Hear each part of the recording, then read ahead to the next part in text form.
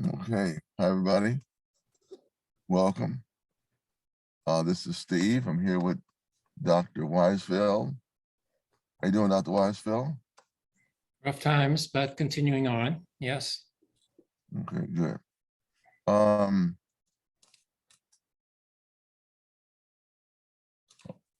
everybody. This is Steve Struggle. I'm here in occupied land, native land in what's called the United States. I'm here with Dr. Weisfeld. We want to talk to you about some issues concerning the world, especially political prisoners today. Dr. Weisfeld, hello, how's it going with you? Well, likewise, I'm here in what was originally Hochelaga, which became Montreal and Montreal, but the original municipality here was, the indigenous people of Hochelaga.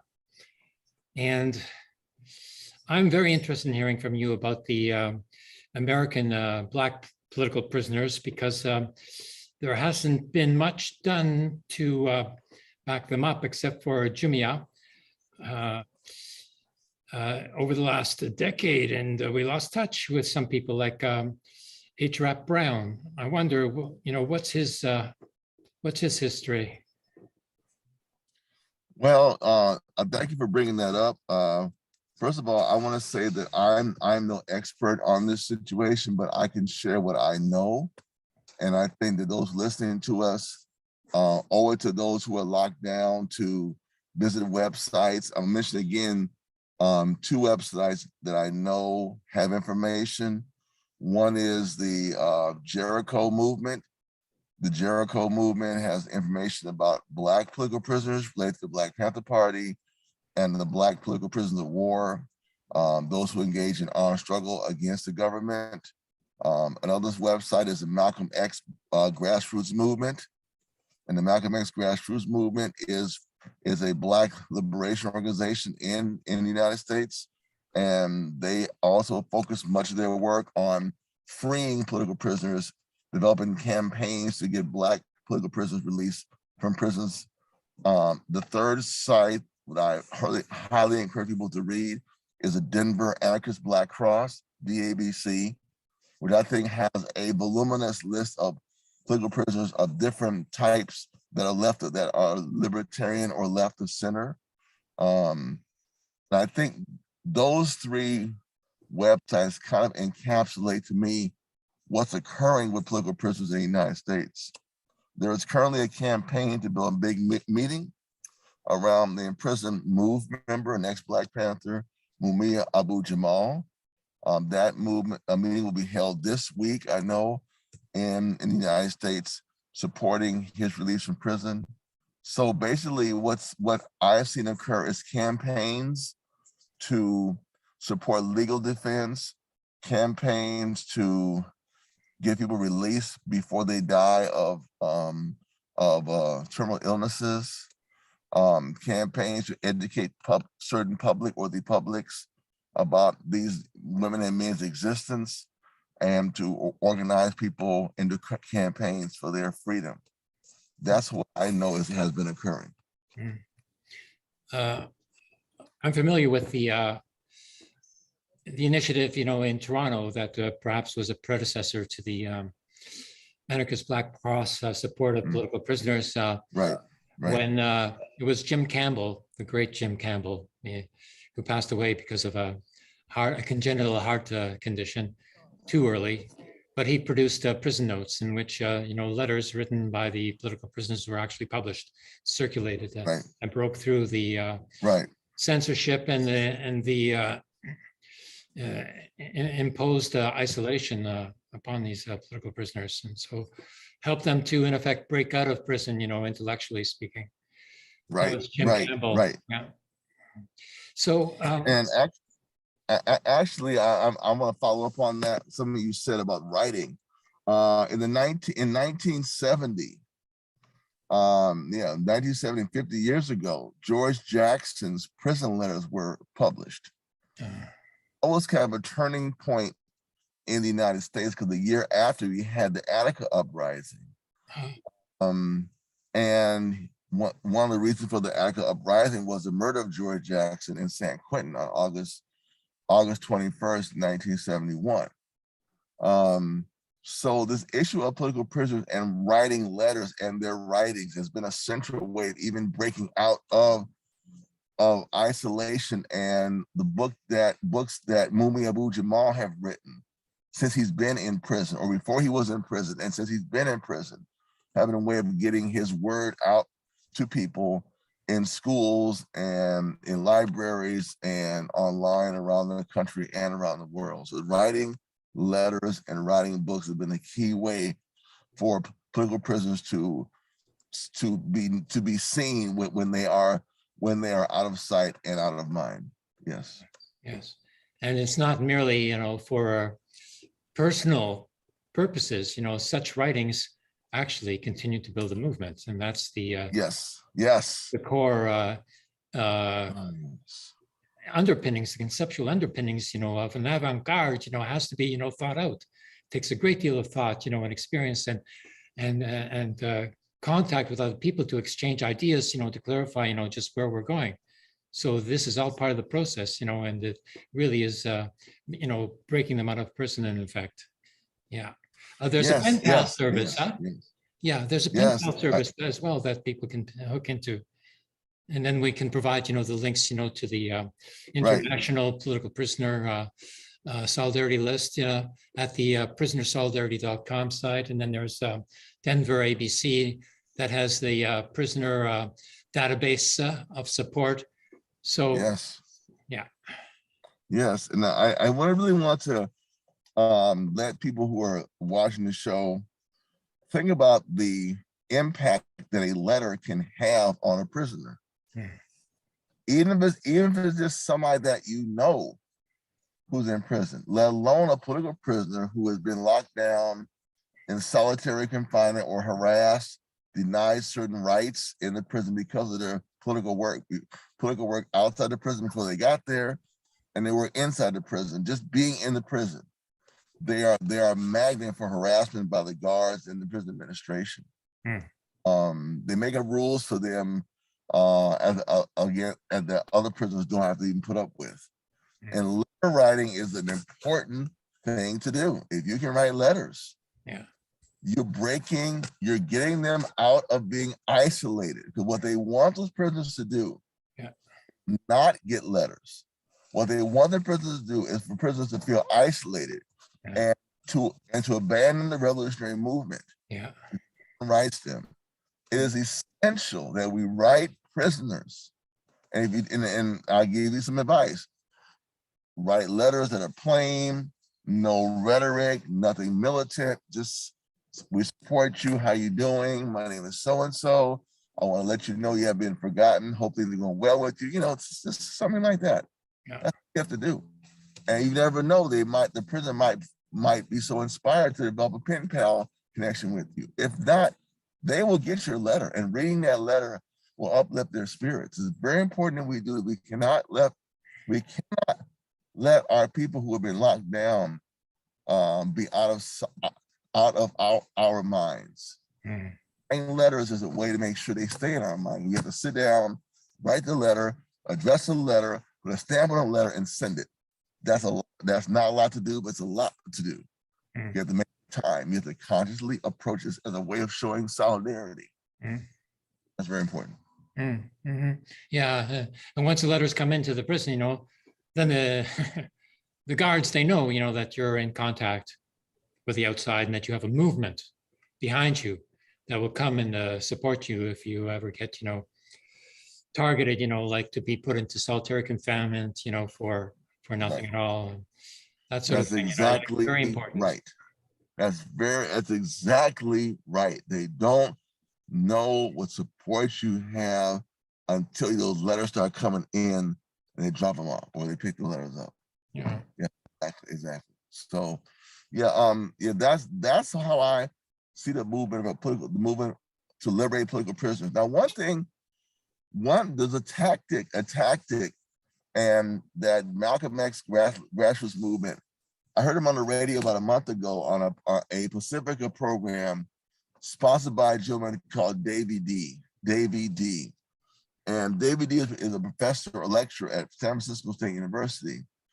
And a member of the grassroots, Malcolm X grassroots movement said that they had to expand, not hide, but expand in their propaganda and their agitation work around prisoners, expand the public's understanding of who these men and women are.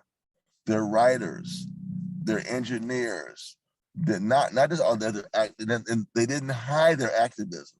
That's why they're in prison, for their activism. But let people know that they have grandchildren, that they, that at this point, many of them are elders in the community, to find just another way of generating support. Yes. Just let you know, just because they were saying that many people now, 40 years after the liberation movement, don't know about the movement. Yeah. And don't know about these gentlemen and ladies who are in prison. Yeah. They don't know who they are. The history has not been passed on. Had to find a way of getting the attention of broad masses in churches, in synagogues, and in universities and schools, and on social media. And they feel this was effective in getting some of their releases. Now, some of those people don't know, which I think you need to know, the audience, that a lot of time these prisoners, such as Marilyn Buck, who was a supporter of the Black Liberation Army, or Russell Schultz, who was in prison in Philadelphia, Black Panther Party member, if I'm not mistaken, when they develop a terminal illness, of course, the prison guards are happy, the prison administration is happy. It means they're going to die. And the last place you want to be sick in this country is in prison, probably anywhere in the world, is in prison. And they let these people out. They let Marilyn Buck out a week before she died. They let Schultz out 2 weeks before he dies. This is a way of actually killing a movement, to not let people out till they die. Or, as in the case of people we know, other revolutionaries recently in other countries, to make sure they die in prison. So that's why the movement support is essential, because the ruling class and the prison administrations want the people, if they can keep them until they die, that's what they want. Yeah, and that's something to think about for a second. That we live in a society that will blunt your democratic right to be released from prison until you're dead. They don't want your voice have any impact anymore once you're out. Precisely. Yeah, that's it. Like the reason why they're in prison in the first place, is not because of the charges, laid against them, which are usually fabricated or minimal. Right. So like being, put into prison like that is an indication that these people are so dangerous to the state that they have to be isolated from the movement that they are creating. And it is the movement that they are afraid of. And they're hoping that by taking the organizers of the movement and isolating them into prison, that they will defeat the movement. Now, if they don't, if they're not able to defeat the movement, if the movement continues and builds in solidarity, with the political prisoners, then that in and of itself defeats the purpose for putting them into prison in the first place. Exactly. In which case, we got to make that clear. We got to make that clear. That's why solidarity is so important. Yeah. It's crucial that we have solidarity meetings, letter writing campaigns, political prisoners, even though our movements in general do not participate in the bourgeois political arena. There's nothing wrong bringing that up in every electoral campaign. But why do we not bring it up? Yeah, it's the state level. There are state level prisoners. There are federal prisoners. Obama, when he was president, everybody was trying to get him to let Peltier out and to write. I think it was Peltier was the one everybody's focusing on. Obama didn't do anything to sign Leonard Peltier out of jail. He didn't get many pardons. He just signed his name and gone by his business. Yeah. That shows you the nation they are to kill our movement for liberation. Yeah. They don't let your leaders out of jail. Yeah. Right. You certainly can't count on the goodwill of someone like Obama, to come across, with a goodwill amnesty for Leonard Peltier. No way. Nor no way. nor H. Brown. No, the goodwill means no. doesn't exist. It's not taken into consideration. It's nothing for them, So it's got to be a movement, like forcing them, obliging them. Yes. Otherwise, they get discredited. That's the way it's got to be done. And also the use of the supermax prisons. They get the opportunity. They put the political prisoners in the worst prisons, the ones that have no contact with people. You're in solitary confinement the entire time you're there. And when you're out for an hour in the yard, you can take a shower, and you're isolated when you're out of yourself in that 1 hour of a 24-hour day. Intentionally put our prisoners in these jails because these jails have an impact on their mental health. Should be outlawed. They should be shut down. All these prisons, even if they have quote unquote common criminals, with a word I don't even like using. Whoever's in there, those supermax prisons, Florence, other ones around the country should be shut down. They nothing but inflict mental illness. That's why all the talk about COVID and kids going to school, we want mental health. They can't know about mental health. They don't care about your mental health. If you're in prison people 24 hours a day in solitary, and that's a government practice, that's you inflicting mental harm on people right there because of their political status or their caste status as being prisoners. Yeah. Really important people remember that. Those prisons, they put our prisons in, these acts, they're designed to bring about mental illness. They're designed to break people. Yeah. And breaking means taking your normal mental capacity and warping it, diminishing it to bring harm on you because you are a revolutionary, because you're a freedom fighter. Yeah. And it seems to be okay. I mean, I don't know what the UN is doing, what these great organizations are doing, but no one seems to be doing anything about it. They're bringing more and more and more and more supermax prisons, and really tough on the mind. Break people very easy because the whole thing is about you being quiet and confined and unable to do anything unless they tell you to do it. They'll lock you up 23 hours a day. Yeah. Cool? Yeah.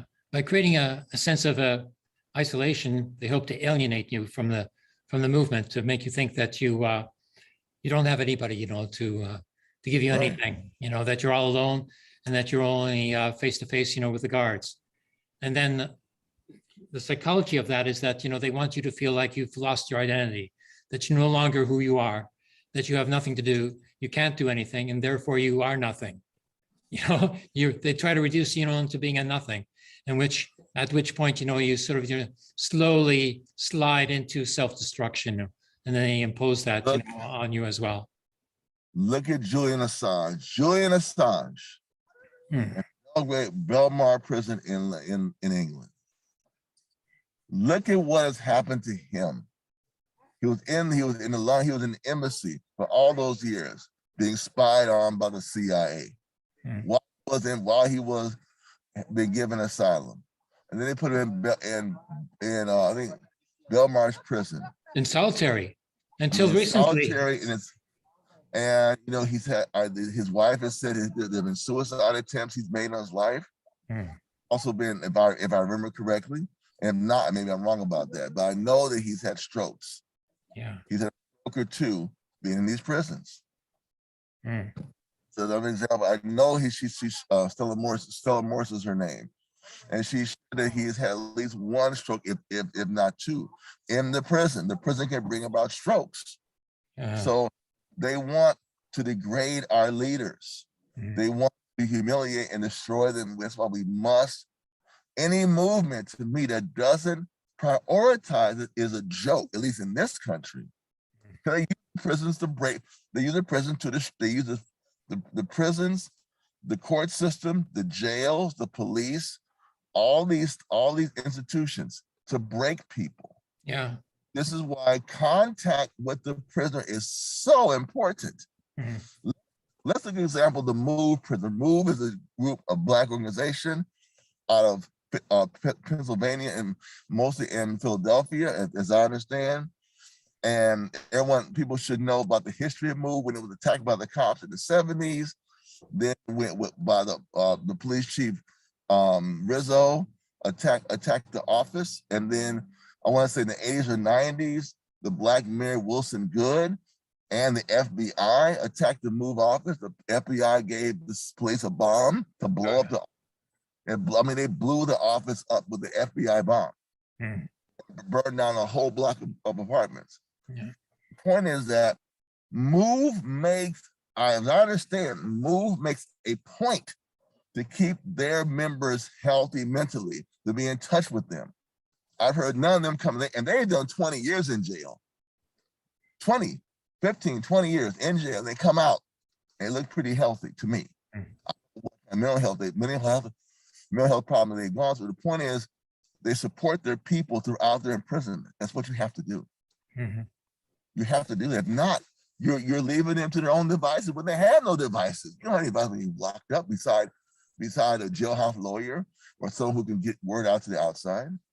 So I think it's commendable like that, the support that MOVE has gotten and other members of the MOVE organization by the MOVE organization itself who are still locked up in jail. Yeah, I think there's three layers of support, Right. Internal prisoners solidarity, prisoners support each other, Right. The movement support, and then has to be, like judicial support. We have to have movement lawyers, not, like private lawyers or legal aid, lawyers, who don't do anything. Right. We have to have movement lawyers, who know why they're doing it, who have the arguments, the political arguments, for it, that, can oblige, a court, to, and if the court, like a judge, doesn't want to pay attention, then we continue, and appeal it. And we appeal it until they know that, they can't get away with anything, and they're going to be subjected to an appeal procedure, which, can even, lead to the release, temporary release, provisional release, of a prisoner pending, their acquittal. And the opposite, is this making a deal, like business that they have going on, which they actually convince prisoners to agree to their own incarceration. Like, no, we should never give up like that. Fight. I'm glad you mentioned the movement lawyers. That's very important. Yes, because I had not mentioned that, the movement lawyers. Yeah, I forgot it the last time I spoke about this, like as well. Yeah, no, but you're right. The movement lawyers. Yes, I was watching a case about 2 years. There was a female in the LA area who had been raped on campus, and they were suing the school district, the community college district. And it was a political trial because they were charging the school district basically with allowing a condition that could bring sexual assault on campus to go on with no consequence. And the lawyer was a movement lawyer, and the really hated this lawyer. The lawyer didn't win. The case was not won, but the point is that the lawyer pursued it with a political orientation. You're exactly right. Yeah, and then that leads to publicity. They don't want that, not at all. Yes. No. Yes. The judge told viewers of the trial in the audience, can't demonstrate. We said, what? You can't be outside with demonstrating during this trial. Of course that was thrown out because she could not ban demonstrations. Like outside the courtroom. No, we're outside. I mean, outside the building. Yeah. On the steps. That's right. No. Yes, you couldn't. But I'm saying, but the lawyers were the movement lawyer was fighting to defend the rape victims' right to be on campus, and she made a political trial, and the judge immediately wanted to shut down demonstrations. Yeah. So it shows you how the court system can be used again to the right of the movement even to exist. Yeah, any ruling like that can be overruled in appeal, and should be pursued.